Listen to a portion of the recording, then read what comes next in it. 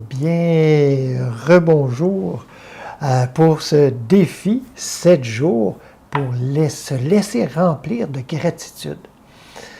Ah, c'est doux, c'est bon. Ça, il me semble que 5 jours, on commence à avoir vraiment un momentum, là. Il y a quelque chose qui devient comme ordinaire. Ordinaire, c'est-à-dire habituel. Donc, la gratitude, c'est une attitude, mais c'est aussi, ça peut devenir une habitude. Donc, laissons-nous entrer dans cette habitude. Jour 5 aujourd'hui.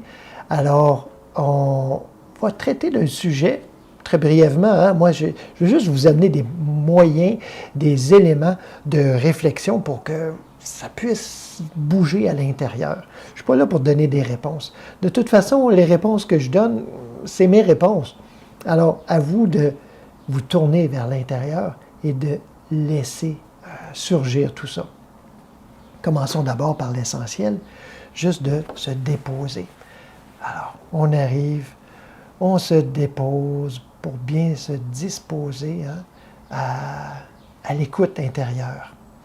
Donc, je vous invite à bien allonger la colonne vertébrale dans sa courbure naturelle. On allonge un peu la nuque aussi. Et on va ensemble relâcher consciemment toutes les tensions de la tête, du visage.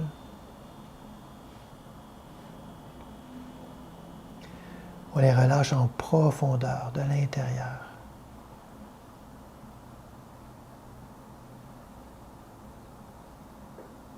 On relâche toutes les tensions de la nuque, des trapèzes, des épaules, en profondeur aussi.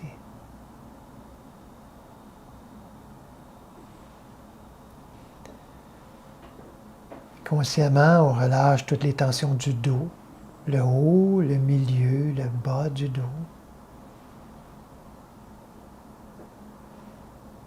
En profondeur de l'intérieur. Et de la même façon, toutes les tensions de la poitrine, cage thoracique, abdomen, bas-ventre, afin de laisser le souffle, ce souffle de vie, symbole de la présence elle-même, qui est gratitude, afin de laisser toute la place, toute la liberté possible à ce souffle, symbole de présence.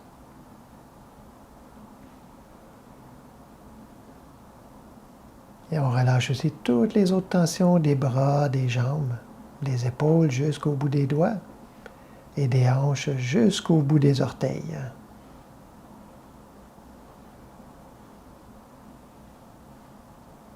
On ouvre les yeux doucement, on sourit à la vie, on sourit par nos sens grâce à ce corps que je suis. Hein? On peut avoir un corps objet, mais on peut avoir aussi ce corps que je suis, c'est-à-dire cette incarnation, ce divin engendré en nous-mêmes, et pas simplement en nous-mêmes comme si c'était une partie puis qu'il y avait d'autres choses de pas correct ou de défectueux, mais non, en tant que nous-mêmes. C'est encore plus profond, c'est en tant que nous-mêmes. Nous sommes cette partie. Hey, on pourrait s'arrêter là. On pourrait s'arrêter là pour les 7 jours. Il n'y a plus rien à dire. Quoi de plus grand, de plus profond pour éveiller la gratitude en nous? Hein? On y reviendra, ça aussi.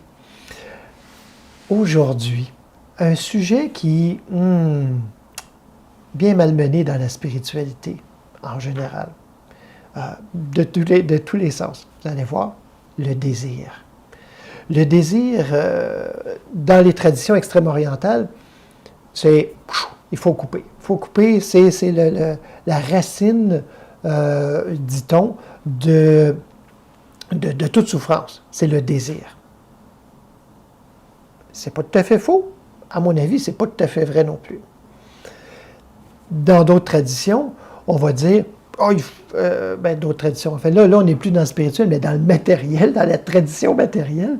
Alors, il en faut du désir, puis emmenez-en, il en faut plus et encore plus, et on n'a jamais trop de désir, et il faut chercher à assouvir tous les désirs.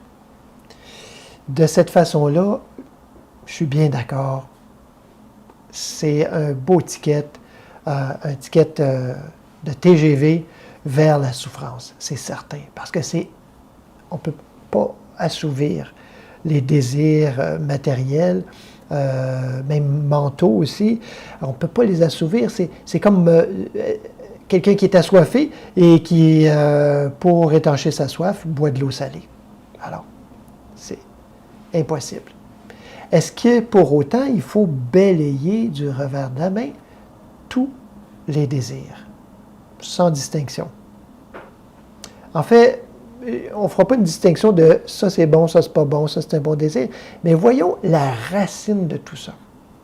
Dans certaines traditions, on dit que Dieu est désir. Le divin est désir. C'est un désir d'amour, un désir de bienveillance, un désir d'être connu, que l'on se connaisse, que l'on se voit, comme on dit dans certaines Écritures, qu'on puisse le voir et qu'il nous voit face à face. C'est beau quand même. Donc ce désir, en fait, moi, dans mon expérience, ce que je constate, c'est que tous les désirs si on creuse un petit peu, si on va en arrière, on se rend compte, ils ont tous une origine divine. Vous allez me dire, oh, il y a des désirs pas mal tordus des fois.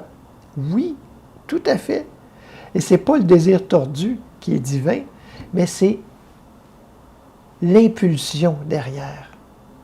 Celui qui a ce désir de s'intoxiquer sans cesse, que ce soit par des drogues, alcool ou quoi que ce soit, eh bien, c'est ce désir de vivre l'extase de l'union au divin. Celui qui a ce désir sexuel inassouvissable, je ne suis pas certain que ça se dit, mais on va le dire aujourd'hui, c'est ce désir de communion, de relation intime avec le divin. Et bon, je vous laisse faire le reste, là, mais prenez un désir et essayez de voir d'où ça vient, ça. C'est quoi l'origine? C'est quoi la substance même de ce désir? Même s'il est rendu complètement tordu, complètement, et puis qui n'est plus reconnaissable comme désir divin, mais creusons, revenons.